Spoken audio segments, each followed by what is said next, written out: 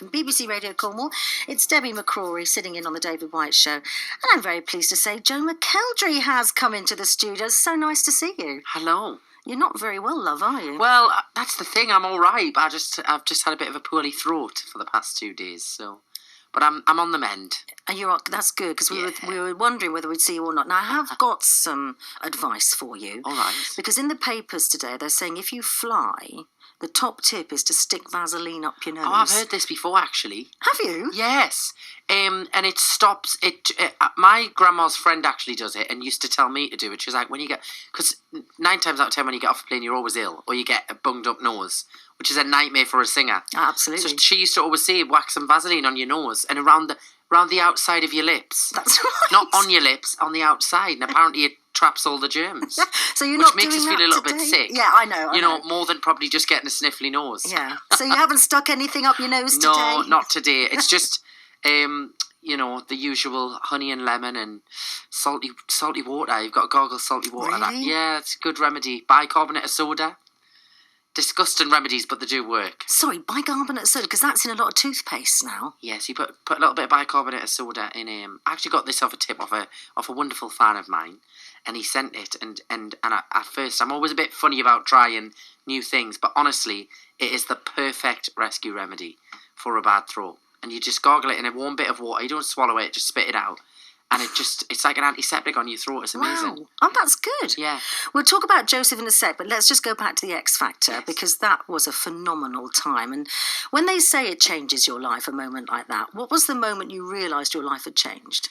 I think certainly for the first year, I always thought, all right, this will probably end in about 6 months' time, you know, and I've had a great experience. That was kind of how I lived the first year of it, I think. Mm-hmm. And I was quite overwhelmed by it in the first year.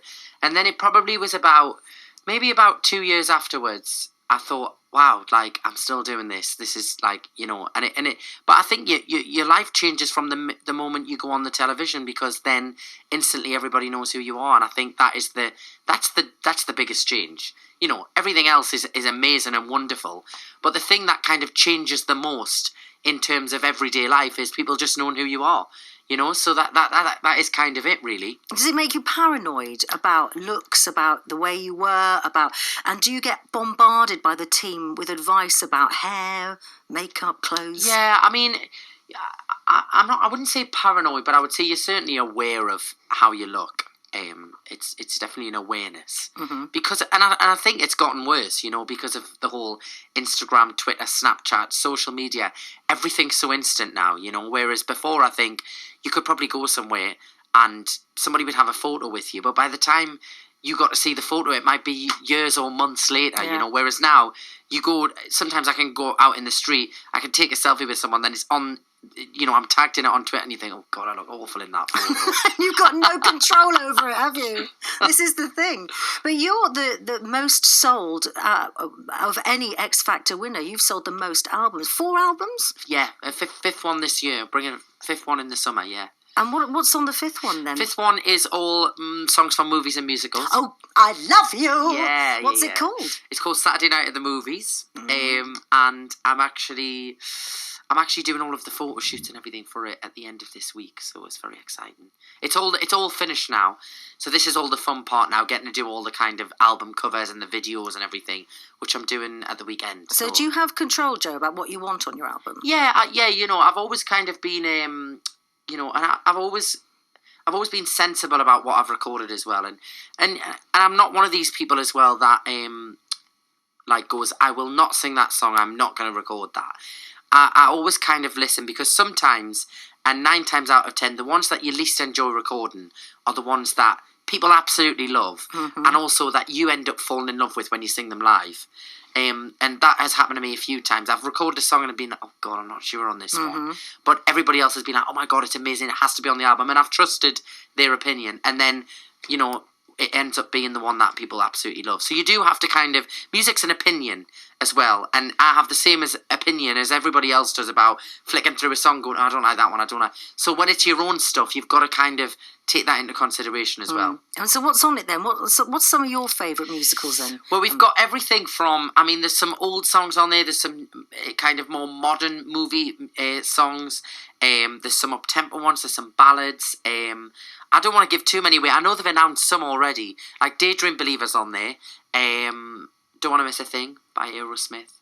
And I can't say any more in case I spoil it. All right. But there's some great tracks on there. Anything from Joseph? Yes, we've done a very different version of Any Dream Will Do and Close Every Door. Oh, have you funked it up? Well, it's kind of like a little crossover kind of medley. A mashup? Yes. Ooh, I like it. So we've got that on there as well. So it's definitely it's a specific album in terms of, movies and musicals, but I think there's something on there for everyone. So it was a natural step for you then to progress into musical theatre. You did Dreamcoats and Petticoats. No. I did. So my only musical theatre things were I did Tommy. Oh, that's right, Tommy. I did Tommy. Yeah. But it was a very limited run up in Blackpool. I did a limited run, and then Joseph was kind of my first full-time role of over like a 6-month period. And I did that last year, January to June. And I was really, really, really nervous about doing it. It's big shoes, because you've got Philip Schofield, Jason Donovan, amongst many others. It is big shoes, and I'd also I'd got to the point in me kind of solo career where I'd kind of proved myself, and I'd kind of got to that point where I could kind of go, not relax, but kind of go, okay, I know how to do this now, and I was kind of not out of my comfort zone. And when I took this on, I was stepping right back out of my comfort zone again. And going, working with people that have trained in musical theatre colleges for years and years and years and skilled their craft and everything. And I didn't want to be that person that comes strolling in off the TV show and is absolutely horrendous at the job, I wanted everybody that I work with and people coming to see the show and say, actually, he's really good at that. So I felt that pressure at the beginning of being like, I have to make this good because I didn't want that tag, And there is a lot of pressure because a lot of people do win these competitions and go straight into theatre, and lots of people who already have done their year's worth of work and auditioned over and over don't get that lead role. Yeah. So that is very important to you, and it has showed, because this tour has got amazing reviews, and especially for you and Close Every Door, they're saying that it's the best version that's ever been sung of that song. Well, you see. You did. You can afford it. No, it's wonderful. I was saying just before, obviously, we came on here, reviews are a funny thing. You can have too many good reviews and you can have too many bad reviews, and you've got to kind of stay in the middle between it all, because you can't kind of sit back on them and go, all right, well, we can just enjoy it now and have a great time. When you're doing 10 shows a week, you've got to still have that thing of wanting it to be good, because it can be very easy to just slip into that, right, all right, here we go, another show. But I genuinely loved the show. I've got a lot of love for the show. And it's quite lovely because when I took it on, I knew I would enjoy it because I kind of have that attitude about anything I do. And I just think, right, come on, let's enjoy this. But I didn't realise I was going to enjoy it as much as I have. And that's always a wonderful thing when you kind of surprise yourself with something, But you're hardly ever off. You and the narrator have got the hardest job in that show. But it is such a fun show. But those songs are just classic songs. And once you start to see the show, you sort of go, oh, I know it, because it's been going for years. Yeah. So what is in this show that particularly, is it Bill Kenwright production? Yeah, it is, yeah. So what's different this year? I think the great thing that Bill Kenwright's done with this show, and Henry Metcalf and all of the creative team that put it together, it's very personal. People feel like they're involved in the show, and it's not too. People aren't afraid. Sometimes you go and see a show, and I've been a part of this before. You go and watch a show in London or sometimes at a tour, and you want to get up and dance, but you feel like you can't.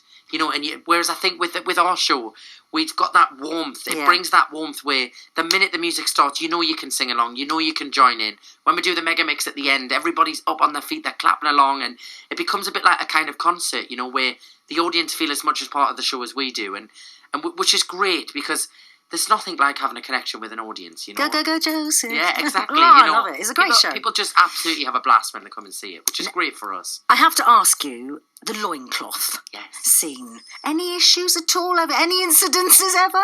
No, I mean, we have it's all well taken care of down there. Taped up. No, we have trousers underneath and very safe things because obviously, you're in front of a lot of people every day. But the only time there's an issue is if you've had too much food, and it gets a little bit tight. What's your regime then? What do you eat before a show? Do you get nervous? I try not to have a huge meal before a show. But then obviously you come off after the show and you're starving. Absolutely. And all you want to eat is a pizza or a McDonald's on the way home. So you've got to kind of be sensible. I've got the right balance at the minute. I struggled last year because I was really tired all the time. Like just my body adjusting to 10 shows a week, and it was a different style of performing. And I think when you're really tired, you think you're really hungry, but you're not. And I just found I was just stuffing my face for no reason. Whereas I think this year I found the right balance between like working out and enjoying myself, but you don't have a protein shake. You have something. I knew you'd say that. Yeah, but people will tell you 11 o'clock at night. Not sometimes, yeah. But I'm like a proper foodie. I love food, but I also love healthy food as well. So, but I do love junk food. Have you tried a pasty? Not saying it's junk food, but have you tried a Cornish pasty? No, but I might get one of them at the weekend. It's the law. You cannot leave Cornwall without a pasty. Yeah. So what kind? Like a Cornish pasty? Yeah. Beef, meat. Yeah. Skirt, steak. There's cheese ones as well if you don't. Are you a meat eater? I like a cheese pasty. Yeah, all right then. We'll let you off. But I love corned beef pasties as well. Pardon? I love a corned beef pasty. Don't be ridiculous. That's not a pasty. Have you never had a corned beef pasty? No, you're talking about a pasty. It's not actual. A Cornish pasty does not have corned beef in it. Retract that statement before these studios are inundated with people. Am I going to get slated for that? Corned beef? No. You'll have a proper beef. Steak. Steak. All right, I'll get pasty. that one. All right, get a steak. And I apologise to anybody I may have offended with pasty gates. That's all right. We'll let you off. Now, of course, being who you are, everywhere you go in Joseph, you get different sets of children, don't you? And they must be so excited to be interacting with you because they are your generation. You're a young man, and you've got young children as well. Do they get really excited meeting you? Well, we were talking about this not long ago, and I said to one of the girls in the show, I said, if I was one of those kids and I had been in this show amongst all of this, I would have been beside myself. Like, the fact that I was just able to sit on stage and watch it all, So it's difficult because we don't actually get to spend as much time as because obviously we're all working and we're doing 10 shows a week. But, we try and kind of include them in as much as we can. And obviously they're in the show for like 2 hours every night and every day. But I just think it's wonderful that they get to experience that, I mean, I would have, like... I used to watch shows when I was a kid and just used to think, I just want to be on there and be around everybody and be backstage and see what it's like, So the fact that they get to be a part of that is wonderful. So you're sitting in front of me dressed in a lovely leather jacket and you've got the hair and everything. I can see you doing Danny Zuko. Have you done Grease? I played Danny Zuko when I was a teenager at school, but I was also about 4 stone heavier than I am now. So I didn't kind of have the Danny Zuko look. But I don't know, I'm kind of just open to anything really, If it's something like I can have fun with and that I can enjoy, I always just say why not. It's 7 years ago now since X Factor, and I always just think I never ever imagined I would still have a career 7 years down the line. So I just always think what will be will be, and I'll just kind of enjoy the ride with it. Yeah, absolutely. So what's after Joseph? So the new album comes out in July. We finished this we've only got 4 weeks left now. And we finished this in Cheltenham at the end of June. I've got 1 week off. I'm going on holiday. And then the album comes out and I go straight on a solo tour with Ben Ellis as well. Oh, with Ben. Yeah. Well, Ben was going to come in, wasn't he? Yeah, so I've got 3 special guests coming on the road with us. Keith, Jack, Lloyd, Daniels, Ben Ellis. And we're going on a solo tour all over the country. They're going to be doing some songs and I'll be doing my own show as well inside the show. And to promote the new album. Are you coming back to the Southwest? I think we are. But I couldn't tell you where it is. But I bet when they say Southwest, I bet it's Plymouth. Well, you can go on thegloriatour.com or joemckelderryofficial.com and all of the dates are on there. But then I go back onto Joseph at the end of September and we finish up in Newcastle at Christmas. And then I'm going on a huge holiday. Yeah, we're doing it at the Newcastle Arena. So it's a huge venue. Doing 2 weeks up there right over Christmas to kind of finish off the year in style, shall we say. And then you're going to have a big break. Yeah, I'm going to have a big holiday and sleep for about 6 months. In your own bed. Yes. That's where you want to be. Exactly.